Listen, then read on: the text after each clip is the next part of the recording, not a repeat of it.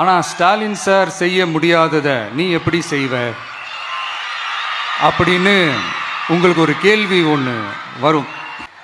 நம்ம மாநிலத்துக்கான மொத்த பட்ஜெட் வந்து 4.39 லட்ச கோடிகள். அதில் 30% ஸ்டாலின் சார் டாக்ஸுக்கு போகுது. இது என்னடா புது டாக்ஸ்ன்னு கேட்குறீங்களா? ஆமாம், இந்த பட்ஜெட்லேருந்து ஒதுக்குற நிதியில் 20% ஸ்டாலின் சாருக்கு போகுது. அதில் 10% அவங்க மந்திரிங்களுக்கு போகுது. மொத்தமாக 30% ஆச்சா? கவர்மெண்ட்டுக்கு தான் வரி கொடுப்பாங்க. ஆனால் கவர்மெண்ட்டே ஒருத்தவங்களுக்கு வரி கொடுக்குதுன்னா அதுக்கு பேர் ஸ்டாலின் சார் டாக்ஸ் தானே.